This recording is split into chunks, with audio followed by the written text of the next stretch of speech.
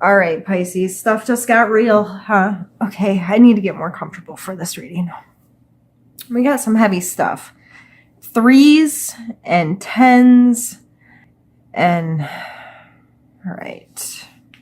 So I see you starting the month in a really good emotional space. Like you're dancing, having a good time. Oh, I'm a total jerk.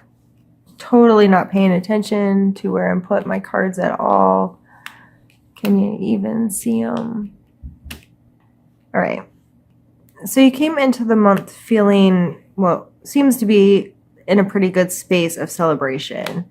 And the recent past energy that you're pulling with you is this happy, wonderful little family here on this card of authentic connection and showing love and having joy and appreciation for their space. So these are really nice energies to come into the month with. And then you have this hangman energy as the challenge. So there may be some major pause type stuff happening, a major shift in perspective. Some kind of event has made you surrender to this knowledge. Like, okay, it's forcing me to see things this way now. Like I have to. And Pisces, I don't think you guys necessarily like being made to surrender to someone else's will or to someone else's viewpoint sometimes. You might be a little headstrong and you might not want to listen to other people's opinions or see things from other people's viewpoint. But whatever this event is, you got to go with it to an extent. Like, yeah, you're just going to have to understand that you are there and understand that gaining this new perspective in the long term will benefit you. It just may not be comfortable right then. And then below that, you're really focused on the Seven of Swords energy. So there may be an event where you were, as literal as physically stolen from. But somehow in some way you feel like you are being jaded, that someone is taking time from you, taking resources from you, not helping you, like this general broad, like someone's screwing me over in some way. Or on the flip side, because this is a general reading, I like to kind of pick different parts of the reading to really focus in on and show both sides of the coin. For relatability, these energies they're the same energies, they're just kind of two sides of the coin. So you may be on the opposite side of things and you may be the sneaky bitch in the situation. I shouldn't have called you that, but like really, even if it's like little stupid stuff, like saying I gotta run to the grocery store and taking 45 minutes to get bread just because you needed a break from your home, or sneaking away more at work, or just not being upfront about stuff that's happening in your life in any way. So regardless of what side of the spectrum you're on here, you're focused on whatever the sneaky behavior is and whoever is doing it. And that may be why you're caused to be in so much pause, because when someone is doing something sneaky, in order to get away with it, they have to know what the other person's thinking and what they're doing and what their perspective is so they can manipulate the situation, right? So whether you're manipulating or being manipulated, you need to call on your strength of the Knight of Swords. And the Knight of Swords is very analytical, intelligent, capable, and he's actively engaged in making decisions and like cutting through bullshit, or understanding how things are working and being able to quickly engage in the situation. So through that, we then come to the moon, which I really think this is probably you using this energy to find out how you're being slighted.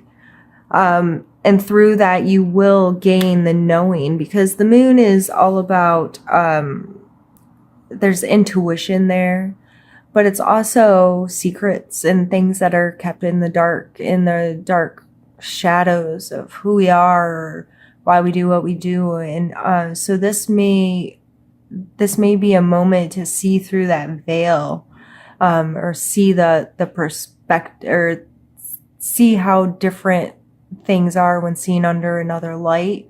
Moonlight and daylight are very different light, but they come from the same source. The moon's just reflecting it to us. So why does it look so different? And so there may be some pretty big shifts there.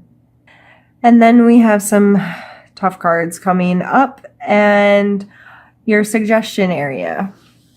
Your suggestion is to put down the crap. Like, this is very blatant. I just pulled some of these same cards for Aquarius. And so Pisces, like, put it down. Put it down. He's carrying around a big ugly roach on his back. Why? Why in the world would that ever? No. Put it down. That doesn't belong to you. That's not your problem. That's not your situation. So this card is telling you very blatantly to, what are you doing? What is helping you and what isn't? What makes you feel good? What doesn't? Who am I? And what am I willing to carry around on my back? Because apparently some of the stuff you're carrying around, it needs to go. It needs to go bye-bye. And you need to know that it's not always going to feel good. This is the card of heartache. I think it's pretty blatant there with 3 swords stabbed through, and it's done. Finito. No bueno. Sorry, didn't mean to be like offensive or whatever, but if I was, I'm tired and words just come out and I don't know. So, but yeah, done. And that doesn't, you need to know this. You need to know that there's, things hurt, and your words can hurt and your actions can hurt. And if you're hurting someone, you need to know that that's not okay. And because if you are stealing and you're carrying around people's stuff, then you need to put it down. Not done yet, babe. Huh? I'm in the middle of filming. Sorry, guys. I don't know if I'll edit that out. Just deal with it, I guess. My husband is anxiously awaiting me to join him. So, whether you're being stolen from, you got to put stuff down that doesn't serve you emotionally. But if you are stealing something from someone, plagiarizing someone's work, stealing away time that you shouldn't steal away, put it down. That does not belong to you. And you may have to go through some pain, you may have to have some discomfort by not taking someone else's stuff. But, unless this is something like you really have to serve yourself right now, because that's a possibility too. I know I'm throwing out lots of variables here, but these are complicated cards and I want to make sure you understand what I'm saying. Sometimes this card is okay. It's okay to be self-serving, to keep your best interest in mind. Like, I have to do this. This could be survival mode. If you're in survival mode, then by all means, do what you gotta do. Take care of yourself. I ain't gonna judge you. But I just see that as a very small possibility in this reading. So we get up here. It's gonna hurt and it's gonna end. Done. Dunzo. Dead person. Done. So, it's just stuff that we have to understand that happens. There's a never-ending cycle in life, and things come and they go, and sometimes they stay a really long time and sometimes they don't, and we have no control over any of it, really. We only have control over ourselves and our own perception of the situation. And then we come to the 3 of coins down here. And this card to me is, this is feeling really secure in your, like a new project or a new idea or a new adventure kind of thing, and feeling like you're in a space that you can commune with other people and maybe have people to help you or people interested in what you're doing. So my only word of caution is if you're the person that stole stuff and then you're presenting it to other people, like, but for the rest of you all, this could be getting to the point where you feel more in your space, like you've completed this. This is an ending card. Like, you want it to be done. You need it to be done. You need to let go of it so you can get into a space where you can feel better about your place and get into more of a rebuilding kind of energy, more focused and ready to work with others in some capacity. And I'm going to pull you a oracle card here just to give us some parting advice. This was pretty heavy, but I think it's good. I think ending with that 3 is a good energy to go out with. And I feel like this is a lot of healing stuff, and at least it's over with, right? On to the next phase of life. All right. I'm going to take this one and we get Seek Beauty. And I am going to take a look at it in the book here. They have some nice little paragraphs, and I'm still learning these. I'm relatively new to these cards. So this is a time to reflect on love and to seek out beauty. Create memories. Take time to enjoy your experiences, celebrations, and special occasions. The recollection of happy moments will support you. Look not only in the world around you, but also within. Seek out the loving qualities that you appreciate about yourself.